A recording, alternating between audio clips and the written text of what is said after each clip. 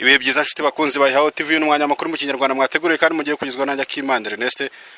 Dore zimwe mu ngingo z'ingenzi amakuru yacu agiye kwibandaho.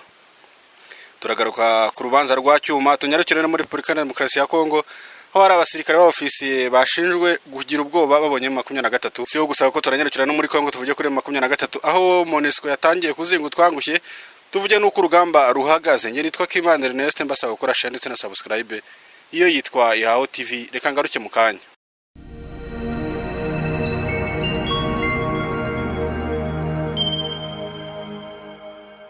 Reka duhere kuri Cyuma hasa n'urukiko rw'ubujurire rwatesheje agaciro k'ikirego cye yari yatanze.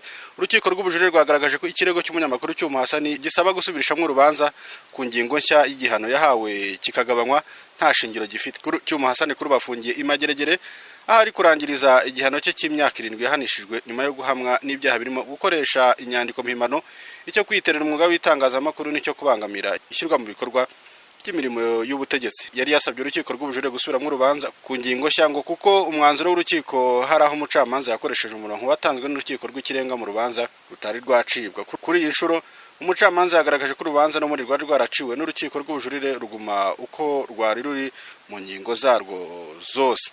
Yategetse ko ikirego cya Cyuma Hasani nta shingiro gifite. Icyemezo cy'uru rubanza kugeza ubu ntikijuririrwa, bivuze ko Cyuma Hasani agomba gukomeza kurangiza igihano cye cy'imyaka 7 yakatiwe muri 2021 keretse bibaye ngombwa ko yitabazwa inkiko mpuzamahanga. Se wa Cyuma Hasani yitwa Rukebesha Premian yabwiye Ijwi ry'Amerika ko bababajwe n'icyo cyemezo, ariko ko bashobora kuzitabaza inkiko zo hanze y'u Rwanda ngo kuko nta cyizere bari yafitiye izo mu Rwanda. Duise twambuka amazi magari tugiye muri Repubulika ya Demokarasi ya Kongo. Ubushinjacyaha bwa gisirikare muri Repubulika ya Demokarasi ya Kongo ejo kuri 29 Werurwe 2024 bwasabye urukiko rukuru rw'igisirikare gukatira igihano cy'urupfu ofisiye 11 bashinjwa ibyaha bifitanye isano no guhunga umutwe witwaje intwaro ya 23. Abafisi bakorera muri batayo ya 23 bari boherejwe kurwanya 23 mu bice birimo Mushaki, Musangi muri territoire ya Masisi, gusa bananiwe kwambura ibirindiro uyu mutwe witwaje intwaro. Urwego rw'igisirikare rwaje gukora iperereza bigaragara ko bashobora kuba barananiwe kuyobora abasirikare bari ku rugamba bagafite icyemezo cyo guhunga. Bataye muri yombi harimo abakoloneli, Lieutenant Colonel Major n'abandi bafite amapeta ari hasi yayo.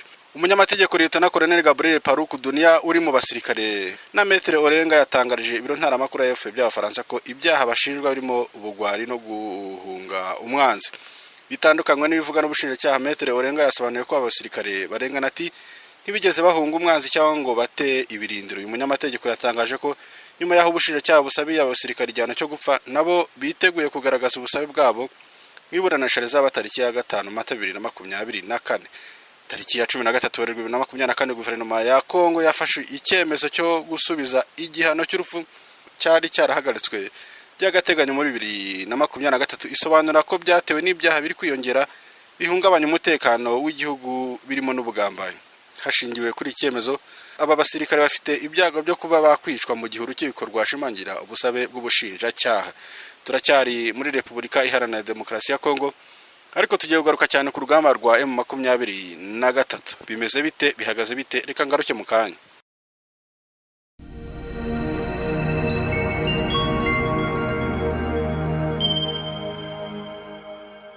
Duhere mu ngabo za MONUSCO aho zategetswe kuva mu bice 23 igenzura. Ingabo za MONUSCO ziri kubungabunga amahoro muri Kongo ziri mu cyeragate nyuma yuko zitegetswe kuva mu bice 23 yafashe. MONUSCO ibi yabitangaje ikoresheje X ko leta ya Kisekedi ariyo yabasabye ko aba basirikare bava muri ibi bice bakajya gufasha FARDC kwivuna M23. MONUSCO yabitangaje kuri wa gatanu tariki ya 29 z'ukwa 3 2024 yatanze ubutumwa igira iti hashingiwe ku busabe bw'ubutegetsi bwa Repubulika ya Demokarasi ya Kongo, MONUSCO yavuye mu birindiro byayo biri Ruindi na Nyanzare yimurira ingabo zayo ahandi kugira ngo zijye kongerera imbaraga ibikorwa byo muri Kivu ya ruguru. Ibikoresho byazo bya gisirikare birimo imbunda ziremereye n'amasanso nabyo byakuwe mu birindiro byegereye pariki ya Virunga byimurirwa ahandi. Mu itangazo ry'ukwezi kwa Werurwe ibwe mu 23 yari yafashe centre ya Nyanzare, nyuma ho gato yaje kongera kwigarurana Rwindi nkuko bwiza ibitangaza. Kuva icyo gihe leta ya Kinshasa yatangiye gushinja MONUSCO kurebera ibyo bice bigafatwa n'abarwanyi, bityo Kinshasa ikavuga ko MONUSCO itera inkunga M23.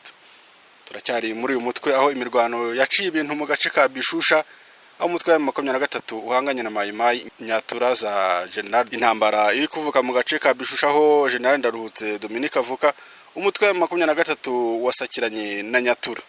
Isoko y'amakuru ya Rwanda Tribune dushisha amakuru mu gace ka Bwito ivuga ko imirwano yaramukiye muri lokalite ya Bishusha sheferi ya Bwisha aho umutwe wa 23 hanganye n'inyeshyamba za CMC FDP Nyatura za General Ndaruhutse Dominique usanzwe uvuka muri ako gace. Intandaro y'imirwano nuko umutwe wa 23 watabajwe n'abaturage bavuga ko aba banyatura babateye mu duce dutandukanye twa Bishusha na Gihondo bagasahura inka zirenga 2000.